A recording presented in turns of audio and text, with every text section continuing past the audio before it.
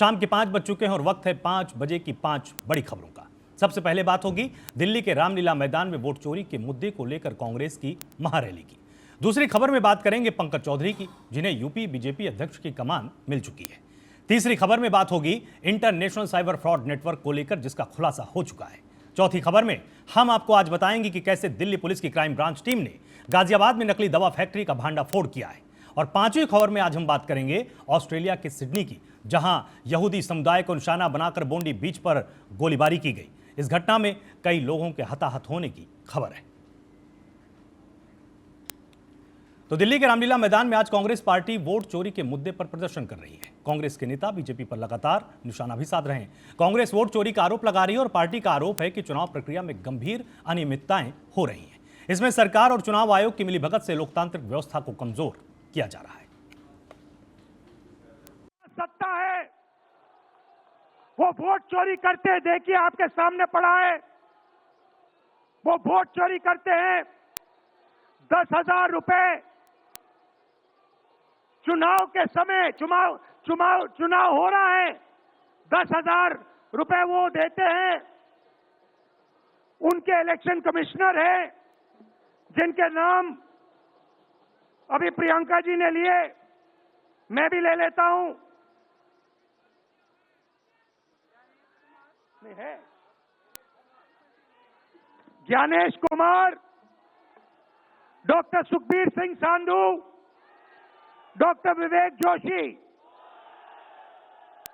याद रखिए, ज्ञानेश कुमार, सुखबीर सिंह सांधू, विवेक जोशी। ये जो सत्य और असत्य की लड़ाई हो रही है, इलेक्शन कमीशन बीजेपी के सरकार के साथ मिलकर काम कर रहा है और इनको जितनी भी इम्यूनिटी देनी है दे दो। नरेंद्र मोदी जी ने इलेक्शन कमिश्नर के लिए कानून बदला, नया कानून लाए, कहा कि इलेक्शन कमिश्नर कुछ भी करे उन पर एक्शन नहीं लिया जा सकता है, उन पर कार्रवाई नहीं ली जा सकती है। मैं इस स्टेज से आपको कह रहा हूं, कांग्रेस पार्टी आपको कह रही है, आप मत भूलिए, आप हिंदुस्तान के इलेक्शन कमिश्नर हो, आप नरेंद्र मोदी के इलेक्शन कमिश्नर नहीं हो। और हम आपको साफ कह रहे हैं, ये जो कानून बना है, आपकी रक्षा करने के लिए कानून बना है, इस कानून को हम बदलेंगे रेट्रोएक्टिवली। आज संसद को देखिए, मुश्किल से एक सत्र में एक दो बहस होती है। और जब हमने कहा, राहुल जी ने मुद्दा उठाया, खड़गे जी ने मुद्दा उठाया कि हमें बहस करनी है चुनाव पे, एसआईआर पे, जिस तरह से वोट चोरी हो रही है उस पे, तो घबरा गए, मानी नहीं बात। अंत में जाकर कैसे माने कि हम वंदे मातरम पर भी चर्चा करेंगे।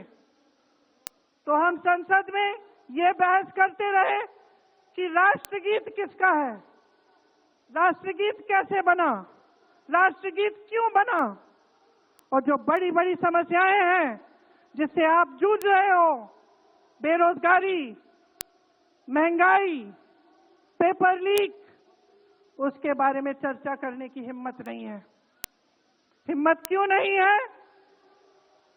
क्योंकि अगर इनको एक असली चुनाव लड़ना पड़े, मैं चुनौती देती हूं, एक सही चुनाव लड़ लें, बैलेट पे लड़ लें, तो ये खुद जानते हैं कि कभी नहीं जीत पाएंगे। इसी पर और अधिक जानकारी, अपडेट्स के लिए मेरे साथ संवाददाता कंचन लाइव जुड़ी हुई। तो कंचन, आपसे जानना चाहेंगे कि रामलीला मैदान में किस तरह का आज माहौल रहा, कांग्रेस की तरफ से कितने गंभीर आरोप लगाए गए हैं और क्या ये वही आरोप हैं जो कि सदन में लगातार अभी सुनाई दे रहे हैं?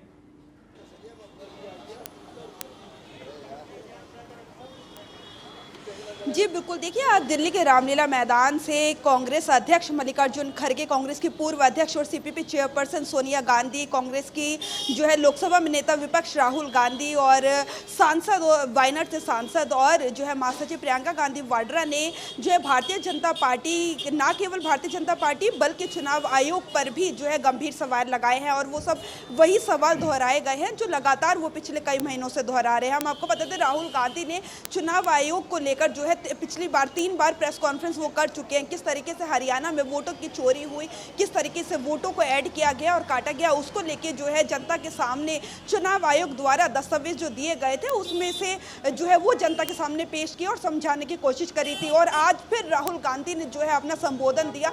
राहुल गांधी के संबोधन की सबसे बड़ी बात रही, उन्होंने शुरुआत जो की वो थी अंडमान निकोबार में जो है आरएसएस प्रमुख मोहन भागवत ने एक बयान दिया था। उसमें उन्होंने कहा था कि भारत में सत्य की नहीं बल्कि जिसके पास पावर होती है उसकी चलती है। तो राहुल गांधी ने उनके ऊपर जो है पलटवार करते हुए कहा कि भारत ऐसा देश है जहां पर सत्यम शिवम सुंदरम की कही जाती है और सत्यमेव जयते की जीत होती है। और गांधी जी ने हमेशा से ही सिखाया है अहिंसा और सत्य के ऊपर यदि आप चलेंगे तो अंत में जाके भले आपको कष्ट अभी जरूर होगा लेकिन अंत में जाके सफलता आपको ही मिलेगी।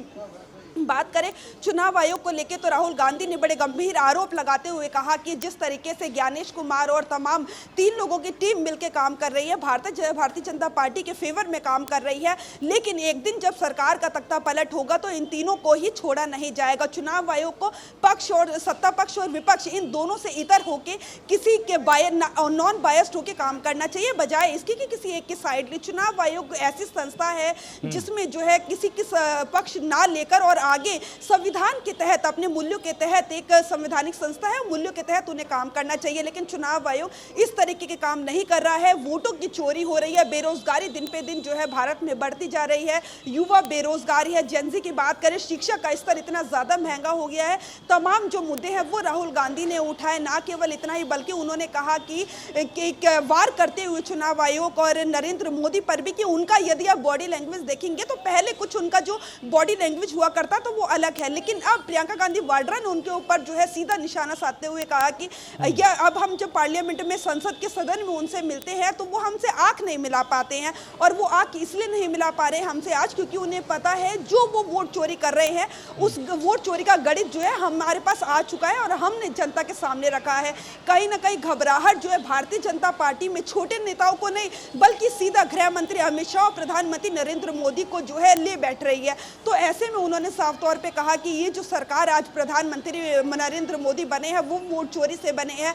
जो हरियाणा की सरकार आज भारतीय जनता पार्टी की है वो वोट चोरी की सरकार है। बिहार में जो एनडीए की सरकार बनी है वो भी वोट चोरी की सरकार है। तो तमाम तरीके के आरोप लगाते हुए और जो है इशारा भी किया है कि आने वाले समय में सत्य और अहिंसा की जो है जीत होगी और तब हम चुन चुन के उन सभी को जो है सजा देंगे जो आज वोट चोरी के अगेंस्ट में भारतीय जनता पार्टी के साथ खड़ा है। लेकिन उन्होंने कहीं ना कहीं यदि हम बात करें तो आरएसएस की जो सोच है उसको भी समझाने की कोशिश करी है। उन्होंने साफ तौर पे कहा कि आरएसएस हमेशा से ही देश विरोधी रहा है और शुरू से ही देश की आज़ादी में कांग्रेस का योगदान था, ना भाजपा का योगदान था, ना आरएसएस का योगदान था। और आज जो मोहन भागवत बातें कर रहे हैं और जिस तरीके के बयान वो दे रहे हैं कि सत्ता जिसके पास होती है बोलबाला उसी का होता है, तो कहीं ना कहीं ये हिंसात्मक जो है उनका बयान है और जिस तरीके की बात वो कर रहे हैं वो हिंसात्मक बयान है। लेकिन ये जो सत्ता है ये ज्यादा दिन नहीं रहती है। तो इस तरीके की बातें जो है राहुल गांधी ने रखी और जो है मल्लिकार्जुन खड़गे जो कांग्रेस अध्यक्ष है उन्होंने भी अपनी बातें रखी, स्पष्ट रूप से रखी। उन्होंने कहा कि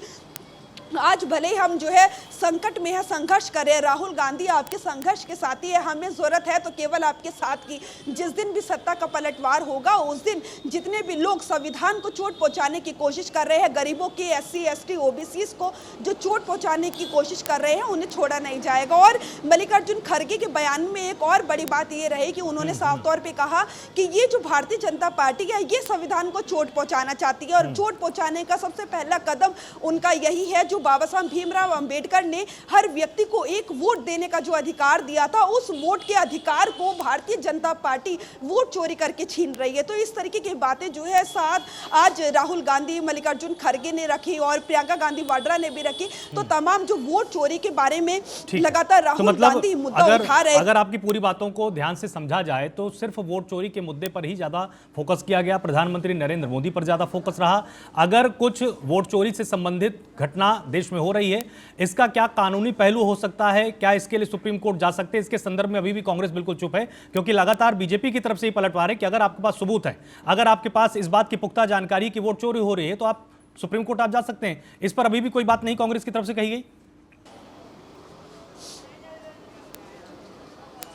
जी बिल्कुल, देखिए मैं आपको बता दूं, इस पर भी बात जो है राहुल गांधी ने आज रखी। राहुल गांधी ने ये कहा कि चुनाव आयोग ऐसी संस्था है, वो संवैधानिक संस्था है, जिसे पक्ष विपक्ष का साथ ना लेकर अपने हिसाब से संविधान के अनुसार अंतर्गत रहते हुए काम करना चाहिए। लेकिन चुनाव आयोग कैसे काम करेगा, उसको लेकर हमें सुप्रीम कोर्ट के पास जाना पड़ रहा है। ये बहुत ही गंभीर बात है यदि इस तरीके का आरोप संवैधानिक संस्था, क्योंकि चुनावी जो प्रक्रिया है हमारे देश में वो संविधान के तहत है, और यदि चुनाव आयोग उस संविधान के तहत रह के काम नहीं करता है और हम यदि सुप्रीम कोर्ट के पास जाते हैं तो सीधा संविधान के ऊपर ये जो है इसके ऊपर वार है। तो ऐसे में हर व्यक्ति का जो वोट है, जिस वोट से मजबूती मिली, चाहे वो लड़का हो, लड़की हो, आदमी हो, औरत हो, महिला हो, पुरुष हो, ये भेदभाव को मिटाने के बाद जो है बाबा साहब भीमराव अंबेडकर ने हर व्यक्ति को वोट का अधिकार दिया था। देखिए बातें अच्छी हैं, लेकिन आखिर अगर कुछ देश में गड़बड़ हो रहा है तो क्या सुप्रीम कोर्ट कांग्रेस नहीं जा सकती है? बड़ा सवाल यही है, क्योंकि बीजेपी की तरफ से बार बार इसी पर काउंटर किया जा रहा है कि धर्मनिरपेक्षता,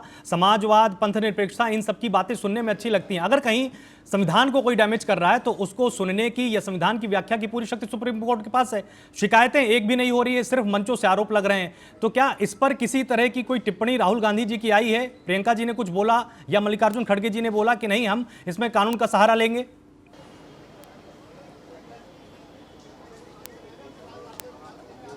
जी बिल्कुल, देखिए आपको बता दें, राहुल गांधी ने इस बात को लेकर साफ तौर पे ये जो है क्लियर करके बात कही है कि हम देश की जनता जो है वो सर्वोपरि होती है, चाहे वो गरीब हो या अमीर हो, महिला हो या पुरुष हो। हम देश की जनता के सामने जितना भी चुनाव आयोग के द्वारा धोखाधड़ी की जा रही है वो जनता के सामने रख रहे हैं, और हमें जो हमारी ये न्यायपालिका है, हमें पूरा भरोसा है अपनी न्यायपालिका पर। और जिस तरीके से सुप्रीम कोर्ट जो है संज्ञान लेगा, हम सुप्रीम कोर्ट के पास तब रुख करेंगे जब देश की जनता हमारा साथ नहीं देगी। तो उन्होंने साफ तौर पे कहा, ना केवल आज का है बल्कि ये बात राहुल गांधी ने पहले भी कही थी कि हम ठीक है कंचन, ठीक है बिहार में, लेकिन देखिए जनता ने साथ नहीं दिया, जनता ने उसी पक्ष को मतदान दिया है जिसके ऊपर वोट चोरी का लगातार आरोप लग रहा था। अब देखने वाली बात होगी कि आखिर सुप्रीम कोर्ट का रुख कांग्रेस कब करती है, या इसी तरह से लगातार वोट चोरी के आरोप लगते रहेंगे। बहुत बहुत शुक्रिया कंचन, आपने तमाम बातें स्पष्ट रूप से बताई।